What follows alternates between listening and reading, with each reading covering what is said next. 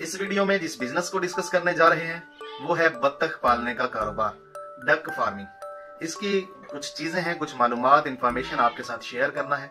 Feasibility मैं and पे बताऊंगा, लेकिन जो बुनियादी और जरूरी चीजें हैं वो मैं आपको शुरू में बता देता हूँ। बत्तखों को मुख्तलिफ तरीकों से पाला जा सकता है। आप इसको शेड में पाल सकते हैं, जिसको शेल्टर भी कहते हैं, हॉलनुमा कमरा, उसमें पाल सकते हैं। आप इसको शेल्टर प्लस ओपन जगह पे पाल सकते हैं। आप इसको पौंड यानी तालाब में पाल सकते हैं। आप इसको चावल के खेत में भी पाल सकते हैं। मुख्तलिफ तरीकों से पाला जाता है। अगर आपके पास ओपन एरिया नहीं है, आप घर में पालना चाहते हैं, या आपके पास कोई स्पेयर जगह है लेकिन वो कम है, तो फिर 4 स्क्वायर फीट फी बत्तख के हिसाब से जगह आप रखेंगे। मिसाल के तौर पे अगर आपके पास 100 बत्तख है और आपके पास ओपन एरिया नहीं है, आपके पास सिर्फ शेल्टर ही है, तो उसके लिए आपको 400 स्क्वायर फीट चाहिए।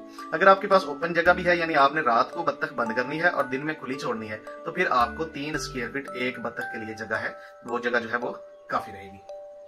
ये तो हो गई जगह कि कितनी जगह चाहिए एक बत्तख के लिए। आप मिसाल के तौर पे 10 पालना चाहते हैं या 1000 पालना चाहते हैं, कैलकुलेशन यही रहेगी। ये स्टैंडर्ड कैलकुलेशन है।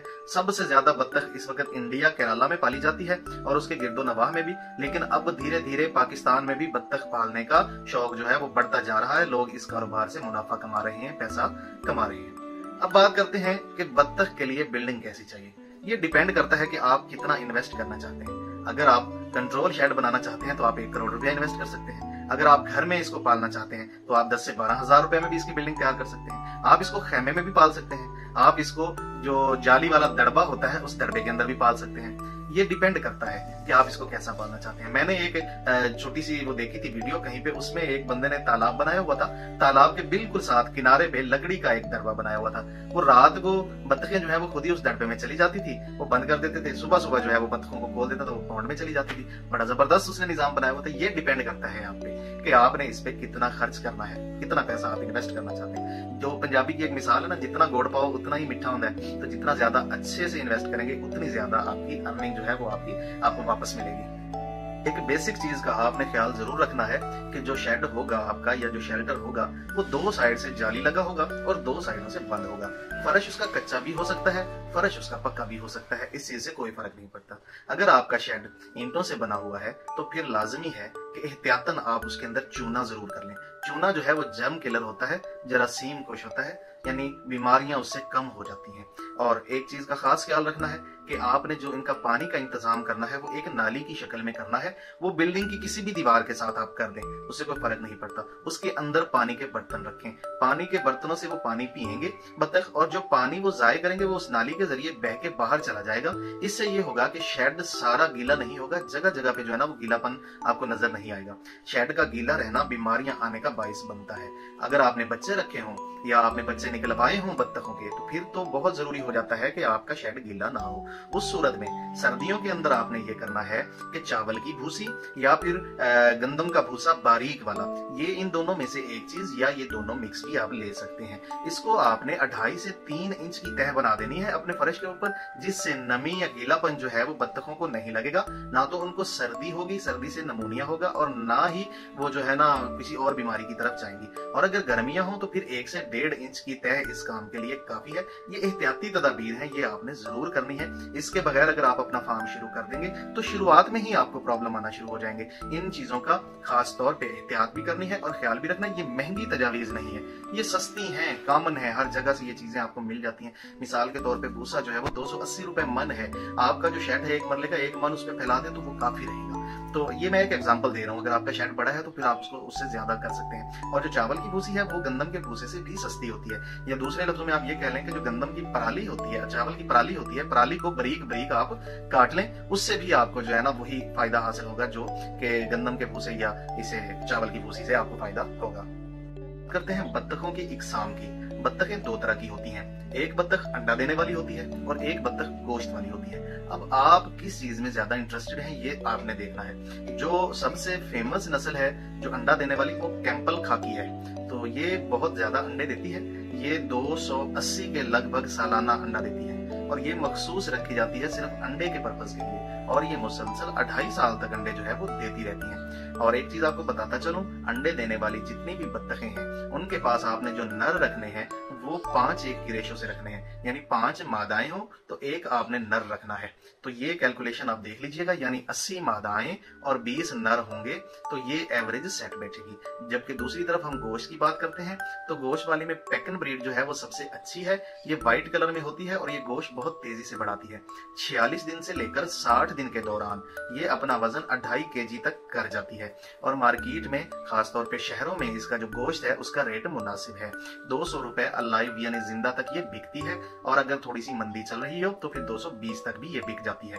तो 2.5 किलो का अगर आपका जानवर है यानी आपकी बत्तख है तो वो 200 रुपए आपको रेट लगा है, तो 500 रुपए का एक सेल होता है। और जबकि अंडों की तरफ हम देखते हैं तो अंडे जो है वो इसका नॉर्मली यूजुअली 15 रुपए में सेल हो जाता है। इसके अंडे का वजन 15 ग्राम से कम, 75 ग्राम तक होता है, कभी थोड़ा कम कभी थोड़ा ज्यादा, यानी हम इसको ऐसे कहते हैं कि 70 से 80 ग्राम तक इसके अंडे का वजन होता है, और 15 रुपए में नॉर्मली बिक जाता है। जबकि मुर्गी का जो अंडा होता है उसका वजन कम होता है और छोटा होता है, इसीलिए उसका रेट भी कम होता है। और अब देखने में ये आया है कि लोग इस चीज में डिफरेंशिएट नहीं करते कि अंडा मुर्गी का है या बत्तख का है, क्योंकि दोनों सेम ही चीजें होती हैं। खासतौर पे बेकरीज के ऊपर ये जो चीज है, खासतौर पे बेकरियों के ऊपर जो ये रेट है, जो अंडे हैं ये बहुत ज्यादा सेल होते हैं, जो मिठाइयों के अंदर, जो केक्स के अंदर इस्तेमाल होते हैं। चूंकि ये अंडा वजन में ज्यादा होता है और रेट मुनासिब होता है तो लोग तरजीहन इस अंडे को खरीदना पसंद करते हैं। और मुर्गी के अंडे की निस्बत ये ज्यादा देर से खराब होता है। अगर नॉर्मल टेम्परेचर पे मुर्गी के अंडे को रखा जाए तो वो 2 से 3 दिन में खराब होने की वो तवक्को होती है, लेकिन बत्तख का जो अंडा है वो 4 से 5 दिन में भी खराब नहीं होता। और अगर इसको फ्रिज में रख लिया जाए या इसको संभाल के रखा जाए तो ये लंबे अरसे तक चल सकता है। अब बात करते हैं बत्तखों के रेट की। अगर आप हैचरी से बच्चे लेंगे, 1 से 5 दिन का बच्चा जो बत्तख का है वो 55 से 60 रुपए में मिलेगा, और अगर आप गवर्नमेंट हैचरी से लेंगे तो यही बच्चा आपको 35 से 40 रुपए में मिलेगा। लेकिन अगर आप तैयार बत्तख देहातों में से ले लें, गाँव में से ले लें, तो मैं यकीन माने 300 रुपए में भी आपको बत्तख मिल जाती है, 250 में भी बत्तख मिल जाती है। क्योंकि लोगों ने वहां 8-8, 10-10 बत्तखें रखी होती हैं, उनका कोई प्रॉपर जहन मार्केटिंग वाला नहीं होता, प्रॉपर पर्पस अंडे सेल और गोश्त सेल का नहीं होता।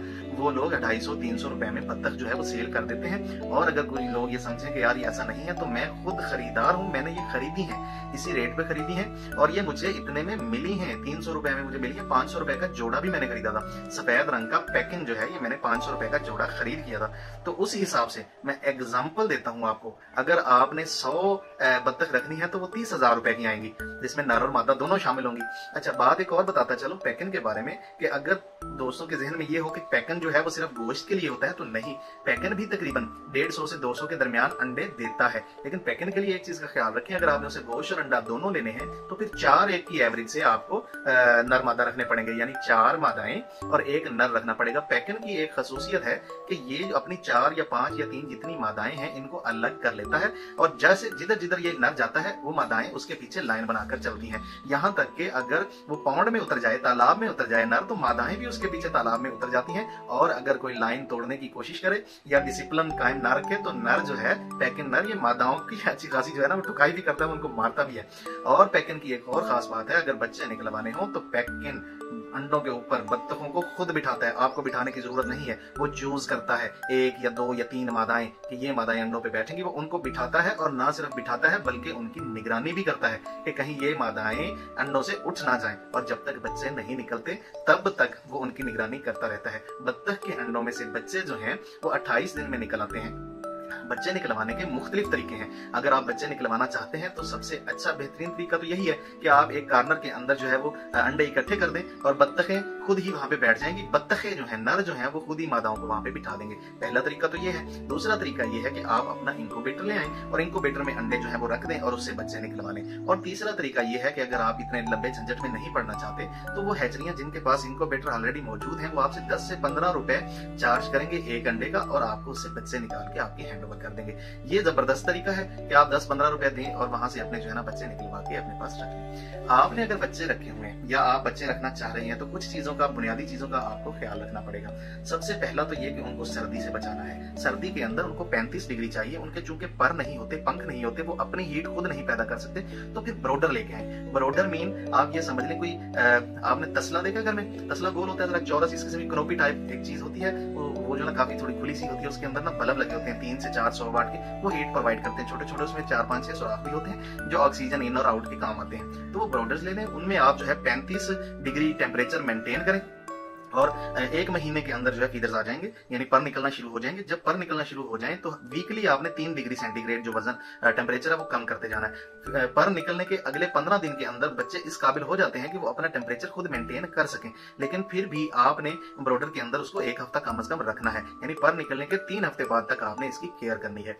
ये बच्चे अमूमन 4 से 5 महीने की एज तक और कुछ बच्चे 6 महीने की एज तक पहुंचते पहुंचते अंडे देना शुरू कर देते हैं। और अगर आप चाहते हैं कि आप इंस्टेंट फौरी तौर पे अर्निंग शुरू कर दें अंडों की मद में, तो फिर आपको बच्चों की बजाय बड़े नर और मादाएं जो है ना वो लेनी चाहिए, उसी से आप अपने काम को रन करें। लेकिन अगर आप गोश्त के पॉइंट ऑफ व्यू से काम करना चाहते हैं तो फिर आप बच्चे लें और बच्चों को ही पालें, बच्चों को ही आगे लेकर चलें। बच्चों में कुछ बीमारियां भी होती हैं, मैं आपको उनके बारे में भी बताता हूँ। बच्चों में कॉलरा बीमारी आती है जो कि 2 हफ्ते से 3 हफ्ते के बच्चों पे अटैक करती है। आपको 2 हफ्ते से पहले, यानी जब बच्चे 12 से 13 दिन के हों तो वैक्सीन कर देनी चाहिए, और इसी तरह जब बच्चे 1 महीने के होने वाले हों तो दोबारा इसकी वैक्सीन कर देनी चाहिए। इसकी अलामात ये हैं कि बच्चों को शदीद बुखार होता है और बुखार के साथ पेचिश लगते हैं और अचानक मौत वाकई हो जाती है। इसकी वैक्सीन मिलती है, कॉलरा वैक्सीन, वो आप बच्चों को दें तो इंशाल्लाह ये इस फेज से निकल जाएंगे। एक है डक प्लेग, ये बड़ी जो बत्तखें होती हैं ये उनको होती है, इसकी भी वैक्सीन मिलती है। पहली वैक्सीन जो है वो 1.5 माह की उम्र की जब बत्तखें होती हैं अमूमन तो उस वक्त उनको लगा दी जाती है, लेकिन मैं सजेस्ट करूंगा कि जब वो 1 महीने की हो तो उसको एक मरतबा ये वैक्सीन दे दी जाए और दूसरी जब वो 45 दिन की हो तब वो दे दी जाए। और जब इस डक प्लेग की अगर अलामात जो है वो वाज़ेह होना शुरू हो जाए, लगे कि ये डल हो रही है, बुखार आ रहा है या आंखों में कोई इनके को पानी वानी या कतरा ठहर रहा है, तो ऐसी सूरत में आप इनको दानेदार खुराक देना बिल्कुल बंद कर दें। दानेदार खुराक इस बीमारी के अंदर ठीक नहीं होती। अब बात करते हैं इनकी खुराक की कि ये खुराक क्या खाती है। वैसे तो मार्केट के अंदर इनकी रेडीमेड खुराक ही मिल जाती है, बनी बनाई खुराक मिल जाती है। 1500-1600 रुपए का एक बैग होता है जिसके अंदर सारी चीजों का ख्याल रखा जाता है। मिसाल के तौर पे जो अंडे देने वाली बत्तखें होती हैं उनके लिए इस खुराक के अंदर 13 से 14% जो है वो प्रोटीन होना लाजमी है। इसी से ये अंडे भी देती हैं और अपनी जो है सेहत को भी बरकरार रखती हैं। और जो गोश्त वाली जो बत्तखें हैं उनकी जो खुराक है उसमें 27 से 28% प्रोटीन होना लाजमी है। इसी से वो वजन जो है वो गेन करती हैं। अमूमन देखने में ये आया है कि लोग इनकी खुराक खुद तैयार कर लेते हैं। खुद तैयार करने से मुराद ये है कि 50% गंदम इसके अंदर होती है जो भी खुराक आप लेंगे। साथ में मेज यानी मकई ले ली जाए, मकई के साथ थोड़ी सी अगर बाजरा या बाजरी शामिल कर ली जाए, पालक के पत्ते इजाफी तौर पर शामिल कर दिए जाए और साथ में शीरा जो है वो इसके ऊपर डाल के इसको थोड़े दिनों 3-4 दिन के लिए बंद करके दोबारा जब खुराक को खोला जाए और डाला जाए तो ज्यादा फायदेमंद होता है। ये रोटी बड़े शौक से खाती हैं, उबले हुए चावल बड़े शौक से खाती हैं। इनको अगर आप पौंड में, तालाब में या फसल में या खुले में छोड़ देंगे, कीड़े मकोड़े हर तरह की चीज जो है ये वो खा जाएंगी। ये इनकी खुराक है। इसीलिए लोग ज्यादातर सजेस्ट ये करते हैं कि इनको बाहर खुले में छोड़ा जाए ताकि खुराक की कंजप्शन कम से कम हो। अगर आप भी ये चाहते हैं कि खुराक की कंजप्शन कम हो, यानी आपके अखराजात कम हो, तो फिर आप इसके लिए खुली जगह का इंतजाम जरूर करें। एक छोटा सा तालाब जरूर बना लें और अगर आप तालाब बना लेते हैं तो फिर मैं आपको मशवरा दूंगा कि उसके अंदर कुछ मछलियां भी जरूर रख लें, क्योंकि जब ये बत्तखें पानी के अंदर जाती हैं, चप्पू नुमा पांव के साथ पानी को हिलाती हैं तो इतनी तेजी के साथ ऑक्सीजन बनती है कि मछलियां दिनों के अंदर बड़ी हो जाती हैं। और जो इनका फुजला अंदर चला जाता है तो ये मछलियां उस फुजले को खा लेती हैं, क्योंकि वो फुजला भी खुराक ही की एक किस्म होता है। उसमें गंदम होती है, मकई होती है, शीरा होता है और प्रोटीन्स वगैरह होती हैं। ठीक है कि उसमें प्रोटीन कम होती है लेकिन फिर भी वो खा जाती हैं। और अगर आपने इसको फसल में रखा हुआ है, जैसे कि आपके पास खेत है, आप डेरे पे बैठे हुए हैं, आपने चावल या मूंजी लगाई हुई है, वहां पे पानी तो जाहिर है चावल के अंदर हर वक्त रहता है, आपने लगाया हुआ, आप अपनी बत्तखों को मूंजी के अंदर छोड़ दें। जब आप उनको मूंजी यानी चावल यानी धान के अंदर छोड़ेंगे तो ये वहां से कीड़े मकोड़े खाएंगी और जब ये चूंच मारती हैं तो ऑक्सीजन, पानी और खुराक की जो रास्ता है वो फसल के लिए हमवार करती हैं। और जो इनका फुजला है बेसिकली वो इसके लिए फर्टिलाइजर का काम कर रहा होता है फसल के। और पौधे के ऊपर चिपका हुआ कोई भी इनको कीड़ा मकोड़ा नजर आ जाएगा तो ये खा जाएंगी, आपको पेस्टिसाइड भी उस पर नहीं करनी पड़ेगी। तो ये कुछ चीजें जो है ये इनका ख्याल रखा जाए, अगर मुख्तलिफ तरीकों से इसको किया जाए तो मैं ये समझता हूँ कि बहुत ज्यादा पैसा भी कमाया जा सकता है और बहुत थोड़ी इन्वेस्टमेंट के साथ ये काम शुरू भी किया जा सकता है। शुरुआत में बत्तख को आपने 100 ग्राम खुराक पर डे के हिसाब से देनी है जब तक वो बच्चे हैं, यानी 3 महीने तक। 3 महीने तक इनके सामने खुराक 100 ग्राम फी बच्चे के हिसाब से। और एक चीज का ख्याल रखना है कि ये पड़ी रहे, उनको किसी भी वक्त भूख लग सकती है, वो किसी भी वक्त इसे खा सकते हैं। लेकिन जब 3 महीने के हो जाएं या 3 महीने से बड़े हो जाएं तो फिर खुराक 120 ग्राम पर डे कर देनी चाहिए, लेकिन दिन में 2 मरतबा, सुबह और शाम। पानी ताजा रहना चाहिए, पानी जो है इस पे कोई कंप्रोमाइज नहीं करना चाहिए। पानी दिन में 2 मरतबा इनका लाजमी तब्दील होते रहना चाहिए। चाहिए। बच्चे जब तक 3 महीने के ना हो जाएं, इनको पौंड में या फिर धान की फसल के अंदर ना छोड़ें। उसकी वजह यह है कि इनकी कुव्वत मुदाफियत उस वक्त तक कमजोर होती है जिसकी वजह से इन्हें नमूनिया होने का खतरा हो सकता है, और नमूनिया अगर हो जाए तो फिर ये आसानी से सेट नहीं होता। अक्सर औकात ये होता है कि नमूनिया वाले जो परिंदे हैं वो डेथ उनकी हो जाती है। लेकिन अगर आपके पौंड में पानी साफ सुथरा है, डेली चेंज होता है, मिसाल के तौर पे आपका कोई फिश फार्म है या वहां पे आप जो है पानी डेली इधर से डाल रही हैं, दूसरी साइड से निकल रहा है, ऐसी सूरत में 1.5 महीने से ऊपर का बच्चा जो है वो पौंड में जा सकता है। और अक्सर ऐसा होता है कि मादाएं अपने बच्चों को अपने जिस्म पर सवार करके ले जाती हैं, वो खुद ही उनको तैराकी करवाती हैं और उनको खुद ही पानी में तैरना सिखा देती हैं, और पानी के अंदर से खुराक कैसे कलेक्ट करनी है ये भी मादाएं खुद ही अपने बच्चों को सिखा देती हैं। बत्तखें अंडे जो हैं वो अमूमन सुबह फजर के वक्त दे देती हैं। सुबह आप 5, 6 या 7 बजे जब भी उनको खोलना चाहें, रिलीज करना चाहें या अंडा कलेक्ट करना चाहें, तो सुबह जैसे ही सूरज निकलता है उससे पहले पहले बत्तखें अंडा देकर अंडों से उठ जाती हैं। ये मुर्गियों की तरह नहीं होती कि जिस वक्त दिल किया तभी अंडा दे दिया, किसी ने सुबह दिया, किसी ने दोपहर दिया, किसी ने शाम। नहीं, ये हमेशा रात में ही अंडे देती हैं और इनकी अंडा कलेक्शन जो है वो बड़ी ईजी हो जाती है। और दूसरी, समटाइम ऐसा होता है कि बत्तखें अंडे नहीं दे रही होती या अंडे कम दे रही होती हैं, तो उसके बारे में कुछ दवाइयां हैं वो मैं आपको बता देता हूं, मैंने नोट की हुई है। एक तो है वाइटल सोल सुपर, ये सिरप है। दूसरा है लाइजोविट, ये भी सिरप है। इसको पानी के अंदर डालते हैं और पानी को ठंडी जगह पे रखते हैं, सायादार जगह पे रखते हैं, इसको धूप वाली साइड पे नहीं रखते। दूसरी है अल्फा 30, ये होम्योपैथिक है, और 5 फास्ट 30, ये भी होम्योपैथिक है। इन दोनों को भी आप चंद चंद कतरे पानी के अंदर डाल के इनको पिला सकते हैं। धूप में रखने से इनकी एफिशिएंसी भी खत्म हो जाती है। इनके बारे में मुझे एक दोस्त ने बताया कि इनको अगर टीवी के ऊपर, रिमोट के ऊपर या मोबाइल के साथ रखेंगे तब भी इनकी एफिशिएंसी खत्म हो सकती है। लेकिन मुझे नहीं पता कि ये बात उसकी ठीक है या गलत, लेकिन एहतियात आप लाजमी कर लीजिएगा।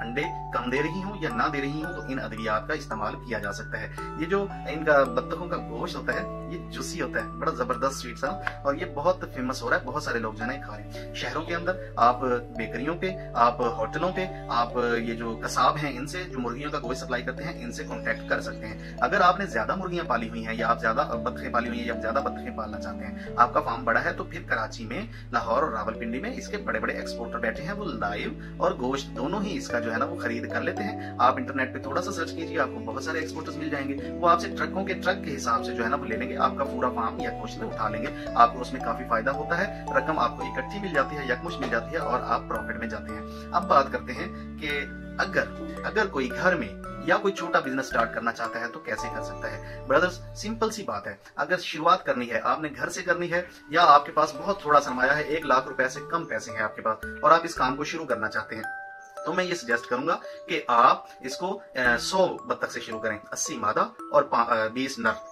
लेकिन अगर कोई ज्यादा बड़े पैमाने पे करना चाहता है तो वो जरूर करे, करना चाहिए, लाखों करोड़ों में इन्वेस्ट कर सकता है तो करना चाहिए। मैं बेसिकली एक छोटा सा आइडिया दे रहा हूं आप दोस्तों को कि इसको कैसे शुरू करें। तो 30,000 रुपए की आपकी बत्तखें आएंगी, बड़ी जवान जो अंडे देने के काबिल होंगी। तो 30,000 की बत्तखें हैं, 20,000 का आप उसका शेल्टर, शेड या छोटा सा कमरा या खुड्डा कह लें वो बना लें, और 10,000 रुपए की खुराक का इंतजाम कर लें। डेली उन्होंने अंडे देने हैं, आप अंडे बेचें, उनकी खुराक का इंतजाम भी करें और अपने लिए भी पैसे जो है वो बचाएं। मैं एक एग्जाम्पल देता हूं, अगर 280 अंडा देती है एक बत्तख, आपके पास 80 बत्तखें हैं, 80 ज़रब 280 करें तो ये मेरे ख्याल 22,400 अंडे बनते हैं। इसको अगर हम 2.5 साल से ज़रब दें यानी 2.5 30 मंथ्स के साथ, तो ये बनते हैं 56,000 अंडे। 56,000 अंडों को अगर हम 15 रुपए से ज़रब दें अंडे की कीमत, तो 8,40,000 रुपए के बनते हैं। 2.5 साल के बाद अगर आप अपनी बत्तखों को बेचते हैं गोश्त के हिसाब से तो 60,000 रुपए की वो बिकेंगी।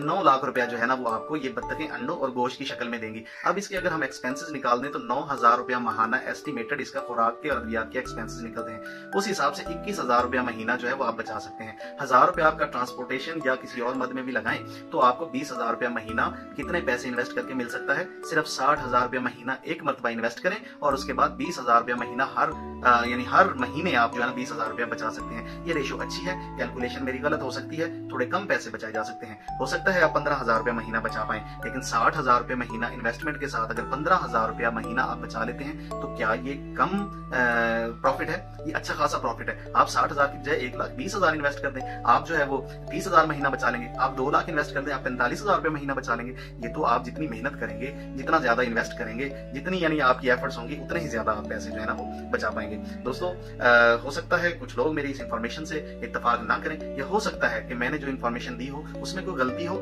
मुझे कहने में गलती हो गई हो, आपके सुनने में गलती हो गई हो, या जो मेरे रिसोर्सेज हैं उन्होंने मुझे कुछ गलत बता दिया हो। ऐसी सूरत में आप कमेंट करके मेरी तस्हीह कर सकते हैं। बाकी दोस्तों की तस्वीर कर सकते हैं। वीडियोस मेरी अच्छी लगे तो लाइक जरूर कीजिएगा, शेयर जरूर कीजिएगा। कोई चीज पूछना चाहें तो कमेंट्स कर सकते हैं। दुआओं में याद रखिएगा।